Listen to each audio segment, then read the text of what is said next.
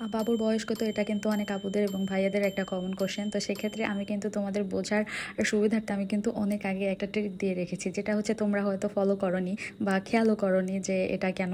আমি কিন্তু আমার বাবুর যে প্রোফাইল পিকচার, ওটা ওর যত মাস থাকে আমি কিন্তু ওই মাসের প্রোফাইল পিকচার হচ্ছে দিয়ে রাখি, এবং ওর কপালে কিন্তু ওটার কিন্তু একটা হচ্ছে চিহ্ন দিয়ে রাখি, যেমন হচ্ছে নাম্বার দেওয়া। ওর 2 মাসের সময় দেখবে একটা নাম্বার দেওয়া ছিল, 3 মাসের সময়ও কিন্তু একটা নাম্বার দেওয়া আছে। তোমরা কিন্তু খুব সহজেই এটা হচ্ছে বুঝে যেতে পারো যে বাবুর বয়স কত। যেহেতু আমি প্রতিদিনই বাবুর ভিডিও প্রায় আপলোড করার চেষ্টা করি, হয়তো 2-1 দিন আগ-পাছ হয়, আগের দিনের বা হচ্ছে তার আগের দিনের ভিডিও এরকমভাবে ছাড়ি, বাট ওর কিন্তু খুব আগ-পাছ করে আমি ভিডিও ছাড়ি না। হচ্ছে প্রতিদিনের ভিডিও আমি প্রতিদিনই দেওয়ার চেষ্টা করি, হয়তো একদিন আগে পরে হয়। তো সেক্ষেত্রে তোমরা হয়তো এটা দেখোনি, এই জন্য হয়তো বলতেও পারোনি বা আমাকে জিজ্ঞেস করেছো। তো সে যাই হোক, আমার বাবুর বয়স কিন্তু 3 মাস প্লাস।